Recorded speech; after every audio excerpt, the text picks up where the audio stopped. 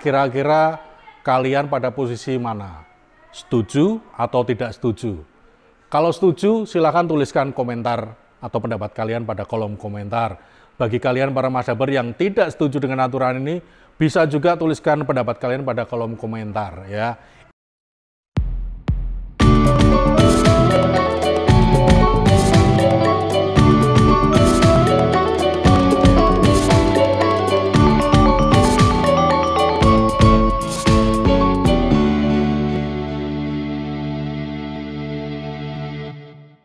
Selamat pagi, selamat siang, selamat sore, dan selamat malam para Masdaper dimanapun berada. Bersama dengan Masdap Entrepreneur yang hobi traveling serta goes, kita kali ini akan membahas sebuah topik yang menarik. Setelah pada video minggu lalu Masdap membahas mengenai keputusan Menteri Keuangan tentang pembatasan ekspor yang dikaitkan dengan aktivitas karantina sebelum ekspor, kali ini juga Masdap masih membahas mengenai peraturan yang diterbitkan oleh negara, yaitu Peraturan Pemerintah Nomor 8 Tahun 2025 mengenai aturan kepada semua eksportir untuk produk yang bersumber dari sumber daya alam untuk menempatkan hasil devisa ekspornya pada rekening yang ditentukan oleh pemerintah. Seperti apa? Ikuti video ini sampai dengan selesai. Jadi kali ini di tangan Masdap sudah ada peraturan pemerintah salinan ya. Salinan dari peraturan pemerintah yang sudah diundangkan. Ya, ini sudah berlaku, tetapi baru kita bahas sekarang. Jadi PP nomor 8 tahun 2025. Aturannya di sini jelas, bisa kalian nanti lihat sendiri di aturannya. Jadi kalau kalian berminat untuk mendapatkan kopi atau salinan dari putusan peraturan pemerintah ini, silakan tuliskan di kolom komentar, nanti akan Masdap kirimkan linknya. Jadi peraturan pemerintah ini sebenarnya mengatur soal apa? Jadi kalau kalian yang belum pernah mendengar, peraturan pemerintah ini mengatur tentang devisa hasil ekspor. Artinya ada ketentuan secara sederhananya, pemerintah mengatur bahwa semua pelaku ekspor untuk produk-produk sumber daya alam wajib menahan atau tidak boleh menggunakan dana hasil pembayaran buyer selama periode tertentu. Nah, persentasenya bagaimana? Eksportir yang produknya itu berasal dari pertambangan sumber daya alam selain minyak dan gas, contohnya itu perkebunan, kehutanan, perikanan, dan lain-lain, wajib untuk menahan 100% devisa hasil ekspornya pada sistem keuangan perbankan di Indonesia yang sudah ditentukan oleh pemerintah. Sementara untuk produk yang bersumber pada minyak dan gas bumi itu bukan 100% tetapi 30% ya. Jadi ini bedanya, sama-sama sumber daya alam, yang minyak dan gas bumi itu hanya diwajibkan 30%, yang di luar itu wajib 100% dananya harus ditahan pada rekening yang ditentukan pemerintah. Pada peraturan ini juga ditentukan mengenai periode atau jangka waktu. Berapa lama sih harus ditahan pada rekening tersebut uang kita? Yaitu minimal 12 bulan. Catat minimal 12 bulan. Ya. Jadi kalau sekilas kita sebagai orang awam akan bingung, loh kok ada aturan seperti ini. Nah, aturan ini dibuat itu dengan tujuan yang baik sebenarnya. Jadi tujuannya yang pertama untuk menjaga kesinambungan pembangunan nasional. Kalian para Masdaper tentu juga bisa melihat dari berita-berita bahwa anggaran pemerintah kita itu sekarang tidak sebesar tahun-tahun sebelumnya.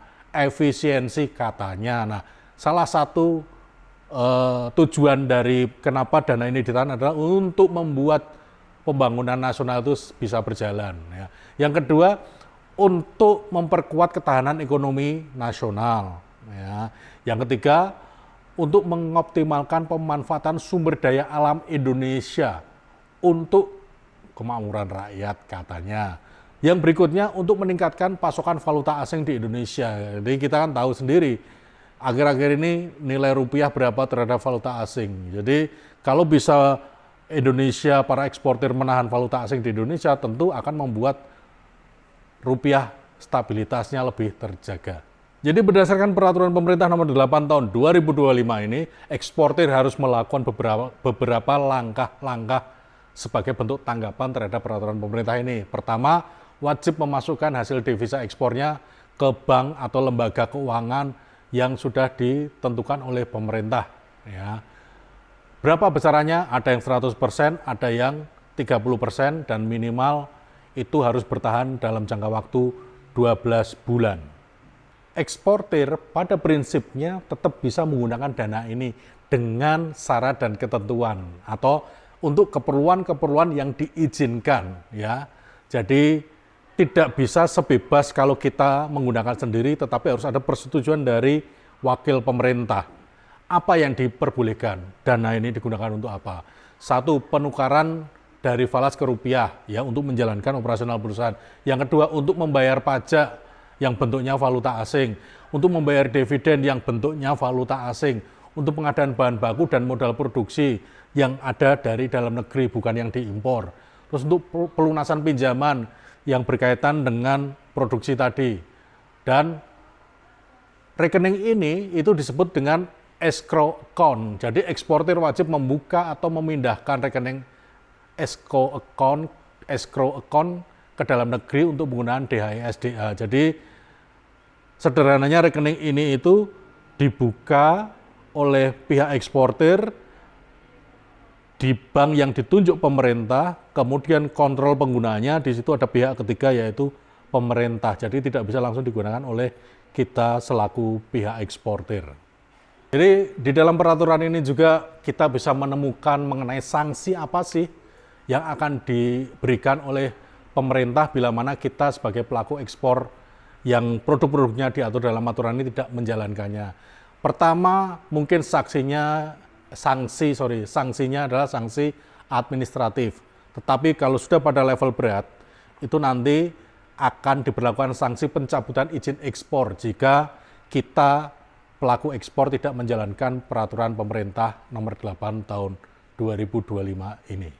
Jika para masyarakat cermati putusan ini, peraturan pemerintah ini, nanti silakan kalian browsing aturannya, baca pasal per pasal, akhirnya Mas Dap secara pribadi sampai pada sebuah kesimpulan bahwa aturan ini memiliki dampak negatif. Ya. Peraturan pemerintah nomor 8 tahun 2025 ini memiliki dampak negatif terutama kepada perusahaan ekspor skala kecil atau yang sedang dalam rintisan.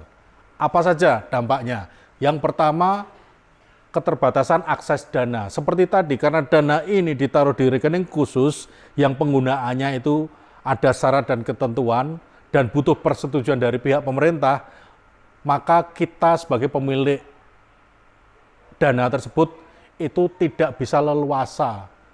Jadi akan menghambat operasional perusahaan. Yang kedua, tentu dengan munculnya rekening baru dengan aturan dan syarat ketentuan yang baru ini pula memunculkan biaya-biaya baru yang ujung-ujungnya menjadi high cost atau biaya tinggi, terutama untuk perusahaan ekspor yang sedang merintis. Jadi ini pada akhirnya akan mengurangi laba dari perusahaan yang menjadi beban dari rintisan perusahaan ini.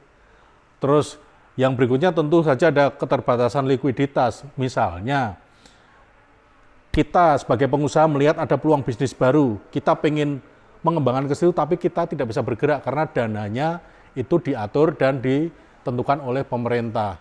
Bila kita dalam kondisi darurat misalnya harus menyelesaikan kewajiban usaha, tetapi dana nggak bisa kita gunakan karena ada aturan dari pemerintah. Jadi keterbatasan likuiditas yang dimaksud adalah seperti ini. Dampak lainnya adalah peningkatan beban regulasi. Jadi seperti mungkin para masdaber ketahui, perusahaan rintisan itu masih sederhana sekali secara sarana dan prasarana. Nah, di sisi yang berbeda, pemerintah melalui peraturan ini tidak membedakan perusahaan itu rintisan atau tidak. Kewajibannya sama. Jadi seolah-olah perusahaan rintisan ini diberi kewajiban sama dengan perusahaan yang sudah besar. Akibatnya apa? Kita sebagai perusahaan baru yang sedang merintis akhirnya tertatih-tatih untuk memenuhi syarat-syarat yang ditentukan dalam peraturan pemerintah ini. Akibatnya apa? Malah fokusnya untuk mengembangkan usaha terpecah hanya sekedar untuk memenuhi peraturan pemerintah ini. Akibatnya apa? Bisa saja bisnisnya malah justru hancur, tidak bisa berkembang.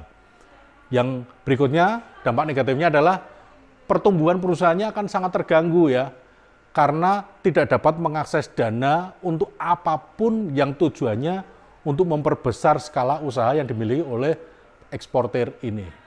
Nah, para Masdaper, setelah Masdap menjelaskan secara singkat dan ringkas, kira-kira kalian pada posisi mana?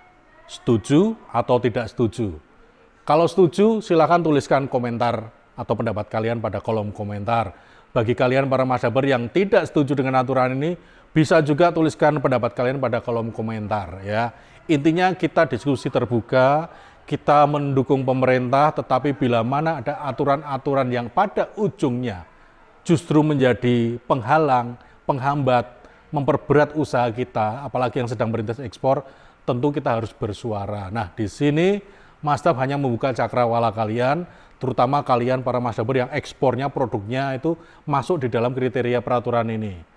Untuk lebih detail jenis-jenis produknya, kalian para Masdaper bisa melihat pada lampiran keputusan ini. Jadi kalian nanti sudah memiliki salinan dari keputusan ini, silakan cek detail produknya seperti apa.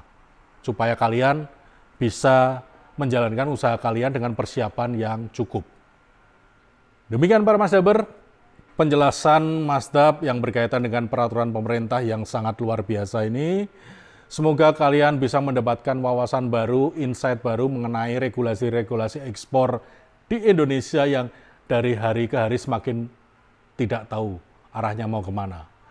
Jadi semoga bermanfaat. Jika kalian masih memiliki pertanyaan, silakan tuliskan di kolom komentar atau kirim DM lewat IG dan TikTok. Nanti akan Masdap jawab pada saat Masdap memiliki waktu dan kesempatan. Sekali lagi tetap semangat, matur nuwun dan salam Indonesia.